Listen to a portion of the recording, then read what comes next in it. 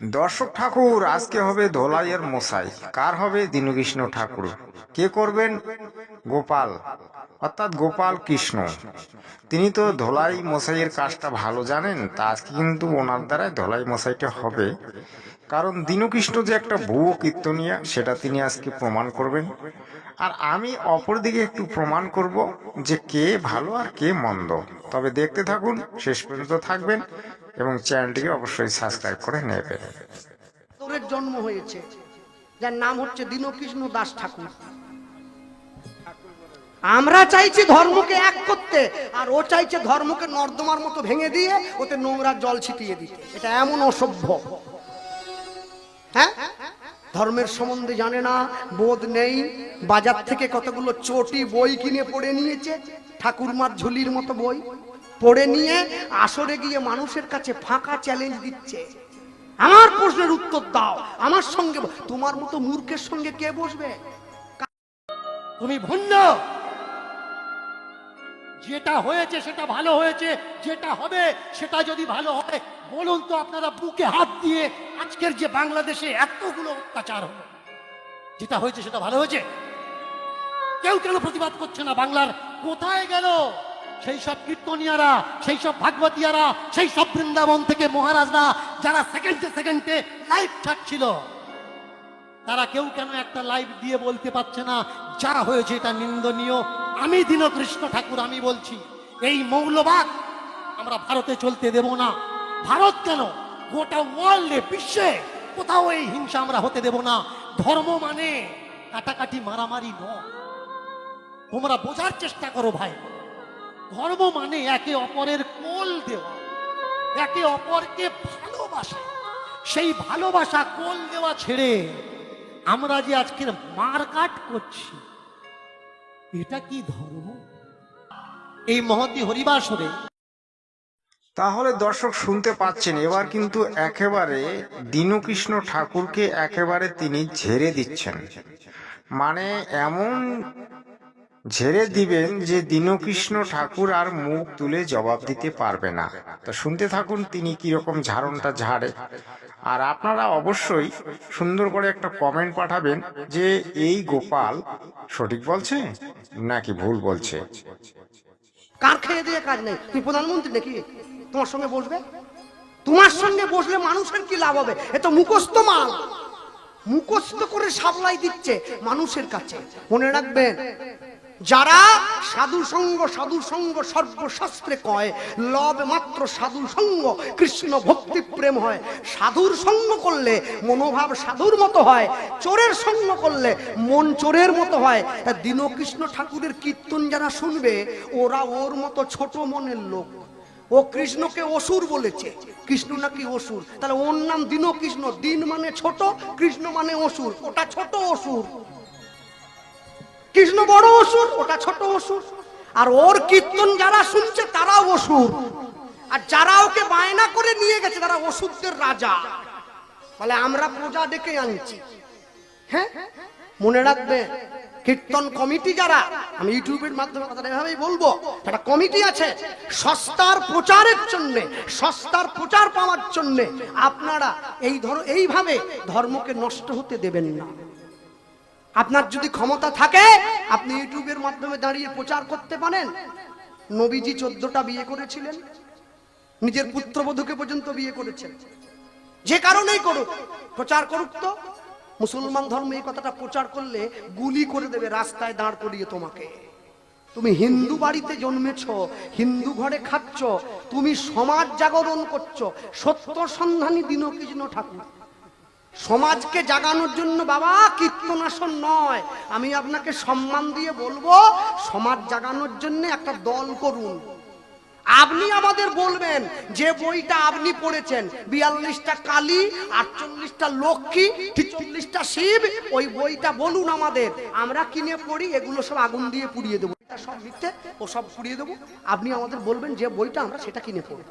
মনে রাখবেন, ধর্মীয় বিশ্বাস, ধর্মীয় আবেগ, সেখানে অনেক ভুল ত্রুটি আছে, সেটা আমিও জানি। কিন্তু কারো ধর্মীয় আবেগে আঘাত দেওয়ার অধিকার তো আপনার নেই। আছে কি? কারো ধর্মীয় আবেগ লেগে আপনি আঘাত দিতে পারেন না। আমার যে ধর্ম ভালো লেগেছে আমি পালন করছি, আপনার যে ধর্ম ভালো লেগেছে আপনি পালন করছেন। কিছুদিন আগে বিখ্যাত একটা উক্তি ছিল, ধর্ম যার যার, উৎসব সবার। ধর্ম ধর্মের জায়গায় থাকবে। আগে আপনি জানুন, ধৃ ধাতু মন প্রত্যয়, তাকে তো ধর্ম বলে কয়। ধর্ম মানে কি? যা মানুষকে ধারণ করে রাখে। আপনি মানুষকে কি শিক্ষা দিচ্ছেন? হাত পা ছুঁড়ে লম্ফ ঝম্প করে চিৎকার চেঁচামেচি করে মানুষকে প্রশ্ন দিয়ে দিচ্ছেন। নারায়ণের বাহন গরুর হলে কৃষ্ণের বাহনের নাম কি? ও জেনে আমার বাবার কি? হ্যাঁ, কৃষ্ণের বাহনকে ও জেনে আমার কি হবে? মনে রাখবেন, মানুষের মাঝে দাঁড়িয়ে রাতের অন্ধকারে যে কথা প্রচার করে গেলাম খাঁটি কথা। আমি জানি আমি যে কথাটা প্রচার করলাম, এরা যখন এই কথাটা ভিডিও হিসাবে ইউটিউবে আপলোড করবে, কদিন পর আমাকে নিয়েও একটা ছ্যাবলামো ভিডিও বের করে দেবে যে নিজে কিছু জানে না, এ আবার ধর্মের ব্যাপারে তর্ক করতে এসেছে। না, আমি কারোর সঙ্গে তর্ক ডিবেটের জন্য কথাটা বলিনি। আমি বলেছি কোনো কিছুর বিনিময়ে আপনারা নিজেদেরকে বিলিয়ে দেবেন না দয়া করে। কোন আনজনের আন কথায় যে তুলসীর মালা পরে না, যে তিলক করে না, সে আমার হরিনাম গাইতে উঠে আসরে কোন সাহসে?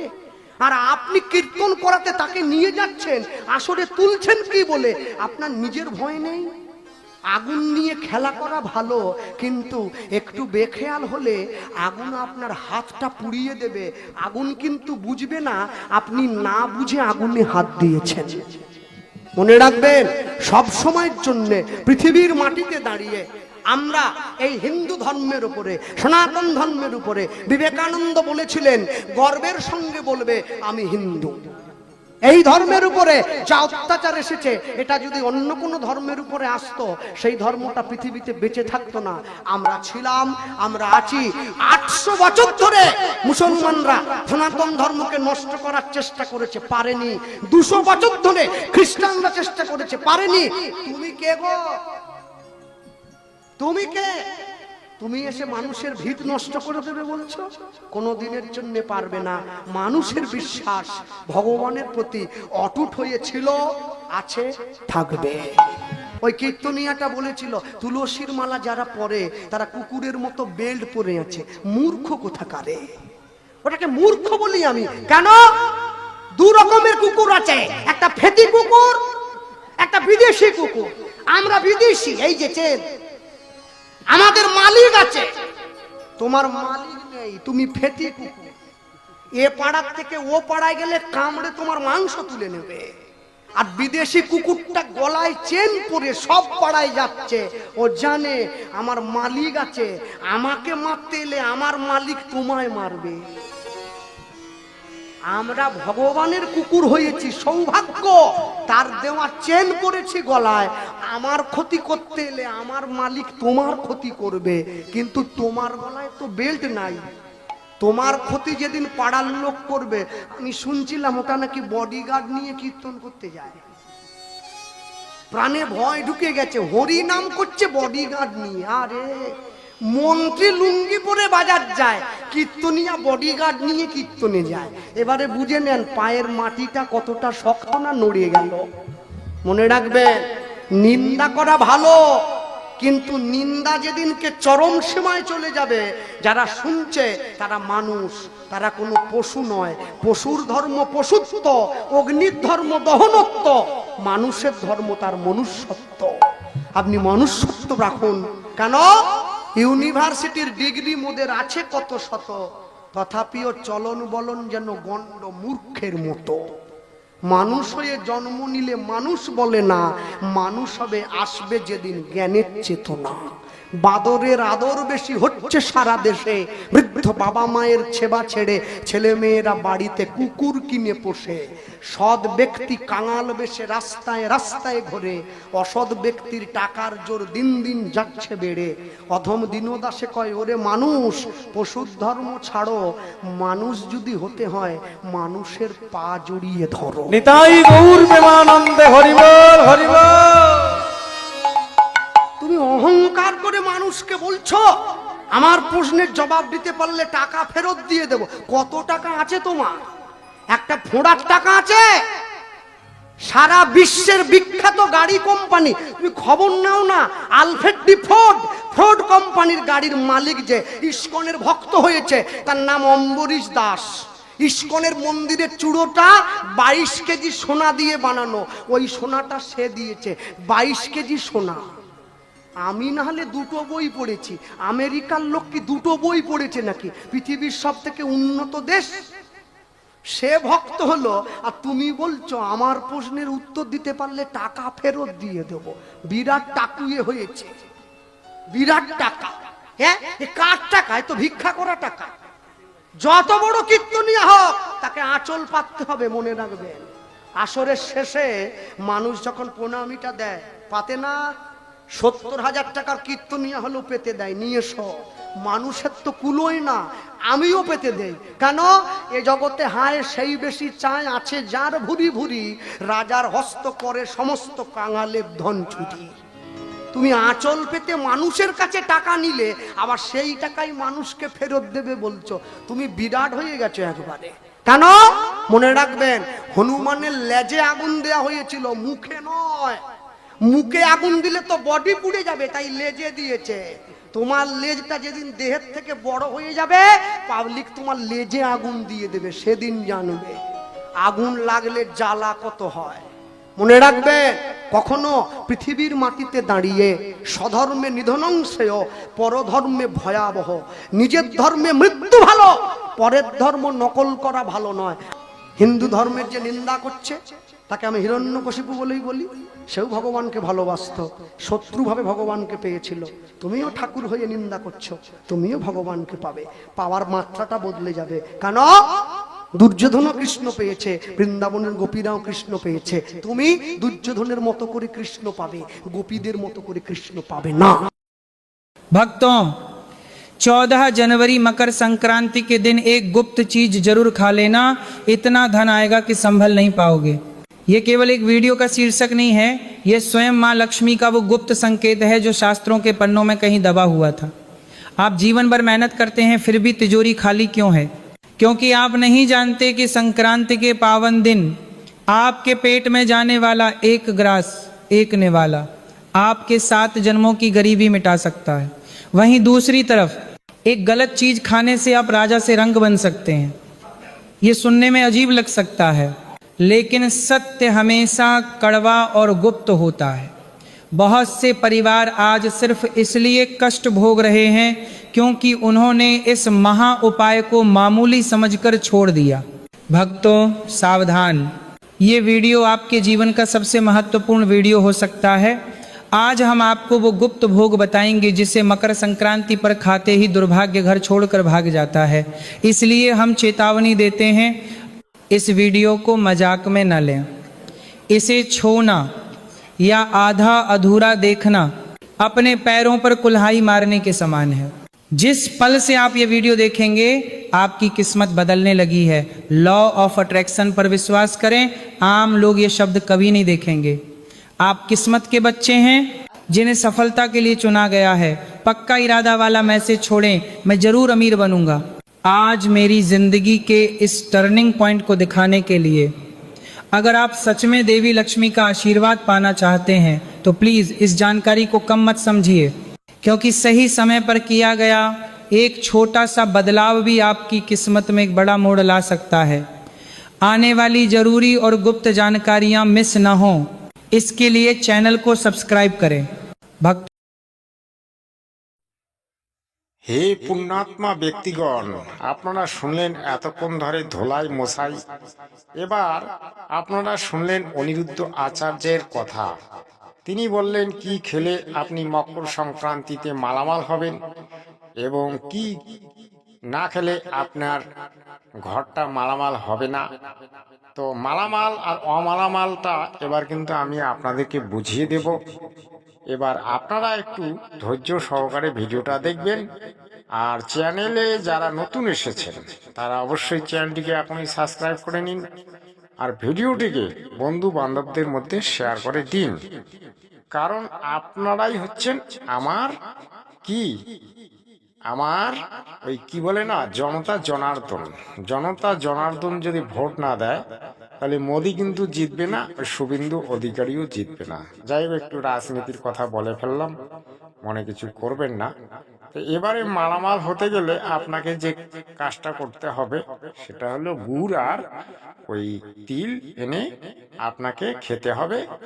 আর ওই দিনে খিচুড়ি আপনি খাবেন না, তাহলে আপনার সমস্যাগুলি সমাধান হবে।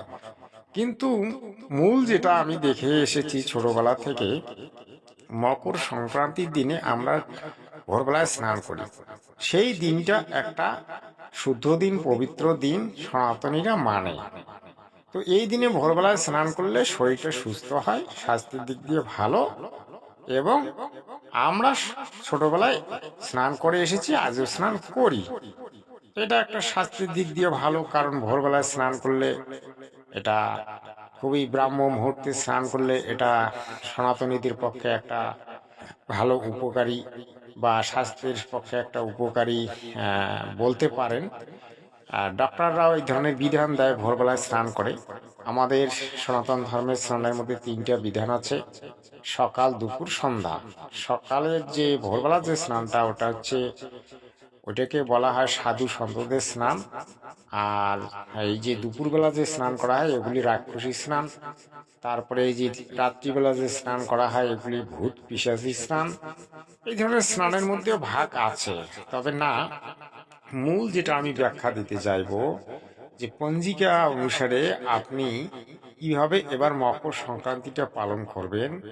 পঞ্জিকা অনুসারে কিন্তু আপনাকে ভোর 4টার মধ্যে স্নান করতে হবে। এবং ভোর 4টার সময় যখন আপনি স্নান করবেন, স্নান করার পরে তারপরে একটা ঘিয়ের প্রদীপ জ্বালিয়ে আপনি কিন্তু ওই পরমাত্মার নামে ওই প্রদীপটা রেখে আপনি সেখানে পরমাত্মাকে ভক্তি করবেন, অর্থাৎ পূর্ণ ব্রহ্মকে ভক্তি করবেন, যে সকলের মালিক একজন। তাকে যদি আপনি ভক্তি করেন, সে আপনার কথা শুনবে, আর শুনে কিন্তু সে আপনাকে একটা শুভ আশীর্বাদ প্রদান করবে। আর আপনি সেদিন থেকে কিন্তু একটা সুস্বাস্থ্য পেতে পারেন। এটা একটা নির্দেশ বলা যেতে পারে, কারণ যতগুলি 33 কোটি দেবতা বা 33 প্রকারের দেবতার আমরা ভজনা করি, সেগুলো কিন্তু এক একটা বিবেকের মালিক। তো ওই মালিকগুলোকে আমরা যে পূজা বা তার সাধনা করি, তারা কিন্তু ওই বিভাগ থেকে আমাদেরকে কিঞ্চিত কিঞ্চিত ফল দিতে পারেন। কিন্তু যিনি পরমাত্মা, তিনি কিন্তু সুখ, শান্তি এবং সর্বফলদায়ক, তিনি সর্বফল আমাদেরকে দিতে পারেন। তো আপনারা অবশ্যই মনোযোগী হয়ে কাজগুলি করবেন, অবশ্যই সুফল পাবেন। এটা আমার নির্দেশ নয়, এটা পঞ্জিকার নির্দেশ। আপনারা পঞ্জিকা খুলে দেখবেন। আর ভিডিওটিকে বেশি লম্বা করছি না। যাই হোক, আপনারা উপদেশগুলি শুনবেন, অবশ্যই কাজগুলি করবেন, অবশ্যই সুফল পাবেন।